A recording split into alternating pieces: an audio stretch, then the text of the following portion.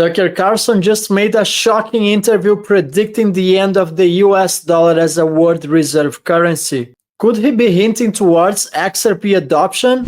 We are on the path to losing our privilege as the holders of the global reserve currency at some point, right? Well, because all empires are. Yes. Right. So we know that.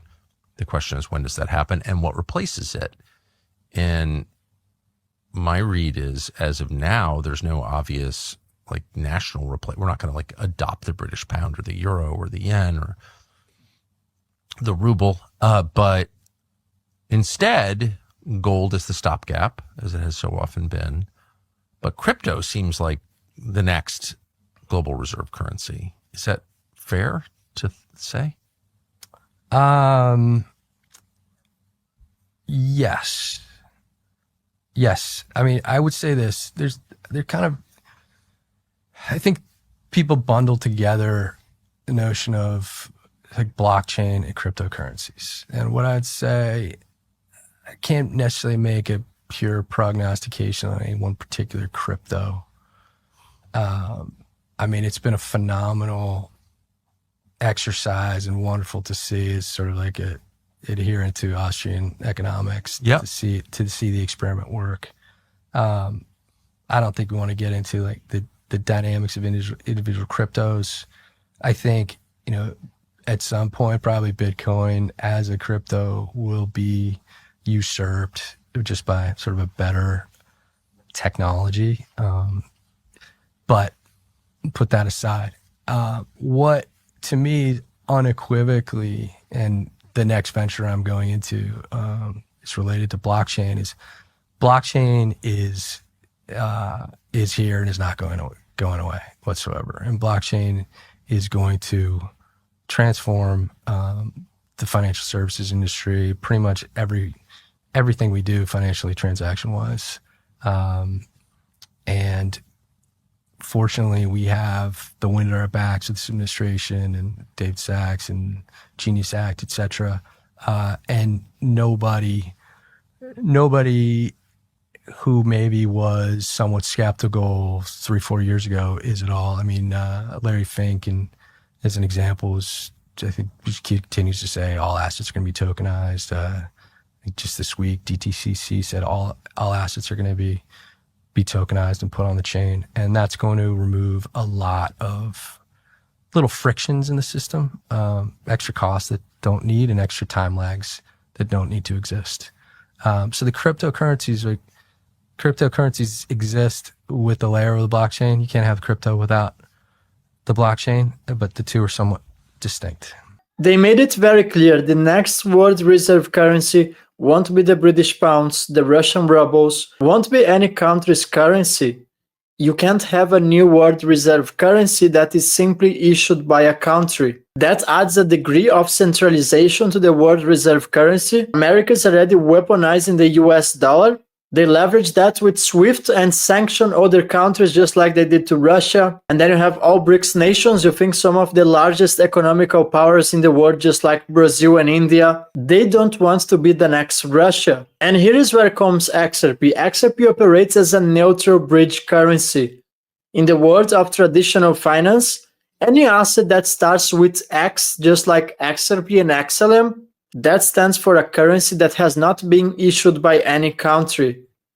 XRP fits the perfect definition of a new world reserve currency. It solves one by one the flaws of the US dollar as a world reserve currency. It operates seamlessly as the settlement layer for financial institutions around the world. Ripple CEO Brad Garlinghouse has already made it very clear the original intentions from Ripple to XRP was always to make it a world reserve currency. Issued 100 billion XRPs will be enough to cover once the XRapid service scales to a global full scale, or would there be a shortage?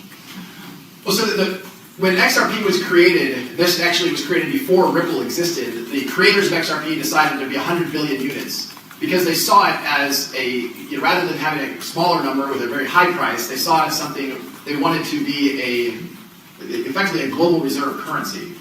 And all of my years of research really point out to something unique.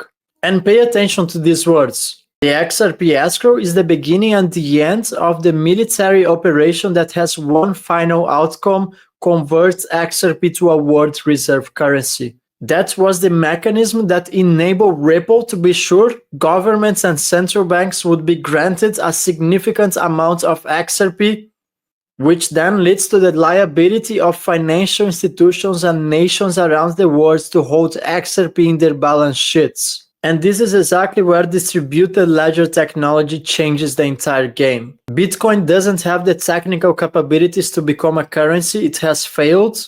BTC was just a social experiment. It was effectively the beta test coin. BTC stands for beta test coin. They released the testnet, allow the most brilliant minds on this planet to exploit bugs while trying to enrich themselves. And in the background, they were developing the final product. XRP is the final combination of two prototypes, Bitcoin and the US dollar.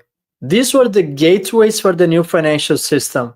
And listening to Tucker Carlson, there is only one asset that fits exactly this role, and that happens to be XRP. My name is Brad Garlinghouse. I'm the CEO of Ripple.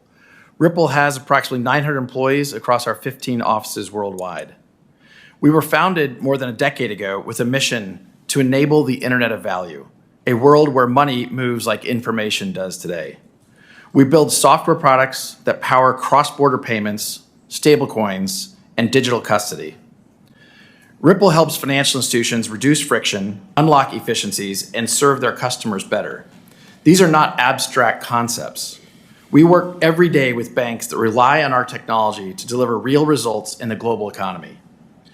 Ripple leverages the XRP ledger, a decentralized, battle-tested, open-source blockchain, as well as its native digital asset, XRP, to facilitate payments. XRP is built to enable fast, low-cost, and highly scalable transactions. From the start, Ripple made the deliberate choice to work with policymakers and regulators, not around them. We have taken a compliance-first approach, operating with over 60 payment, service, crypto, and money transmitter licenses domestically and globally.